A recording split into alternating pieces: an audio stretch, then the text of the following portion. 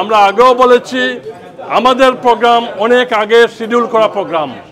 BNP আমরা অত্যন্ত গর্ব করে বলতে চাই এই যুক্তরাজ্য আওয়ামী পরিবার শান্তিপ্রিয় সংগঠন, এই বিলেত প্রবাসী বাঙালিরা শান্তিপ্রিয় মানুষ এবং আমরা সংগঠনগুলো সবগুলো শান্তিপ্রিয়। এই শান্তির বিরুদ্ধে এই তারেক রহমানের কথা আমরা বারবার কেন বলি? তারেক রহমান হলো সন্ত্রাসের গডফাদার, লুটপাটের গডফাদার এবং মানি লন্ডারিংয়ের গডফাদার। এই তারেক রহমানের পেটিয়ে দেওয়া যে বিএনপি জামাত নামদারি সন্ত্রাসী এবং গুন্ডারা এই ধ্বংসযজ্ঞ করে। আমরা বিশ্বাস করি আমরা আমাদের প্রোগ্রাম করব সাধারণ মানুষকে নিয়ে, প্রবাসী বাঙালিদেরকে নিয়ে, আওয়ামী লীগ নেতা কর্মীদের নিয়ে। কে কোথায় প্রোগ্রাম করলো কি না করলো সেটা আমাদের মূল বিষয় নয়।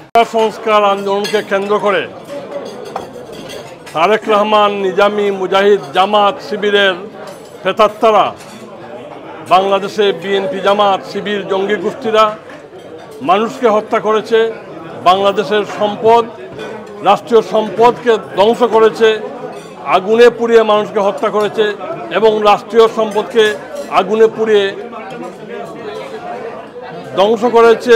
এই ধ্বংসযজ্ঞের প্রতিবাদে, সন্ত্রাসের প্রতিবাদে, তাণ্ডবলীলার প্রতিবাদে, হত্যার প্রতিবাদে আমরা আগামী 29শে জুলাই সোমবার দুপুর 1টায় ব্রিটিশ পার্লামেন্টের সামনে যুক্তরাজ্য আওয়ামী লীগের উদ্যোগে এবং আমাদের সকল সহযোগী সংগঠন, শাখা সংগঠনের উদ্যোগে বিলেত প্রবাসী মুক্তিযুদ্ধের পক্ষের সবাইকে নিয়ে আমরা প্রতিবাদ সমাবেশ করতে চাই তাদের বিরুদ্ধে যারা এই ধ্বংসযজ্ঞ করেছে, এই হত্যা সংগঠিত করেছে এবং কোটা সংস্কারের নামে যারা আমার সম্পদ, আমার মূল্যবোধ, আমার অহংকার, মেট্রো রেল, হানিফ ফ্লাইওভার, আমার রামপুরা টেলিভিশন ভবন, আমার ডাটা সেন্টার, যেই ডাটা সেন্টারের মধ্যে দিয়ে আজকের বাংলাদেশ ডিজিটাল বাংলাদেশের ডাটা সেন্টারকে জ্বালিয়ে দিয়েছে, আমার রামপুরা ভবন জ্বালিয়ে দিয়েছে এবং কুষ্টিয়ায় চলন্ত ট্রেনে, শাটল ট্রেনে আগুন দিয়ে মানুষ হত্যা করেছে।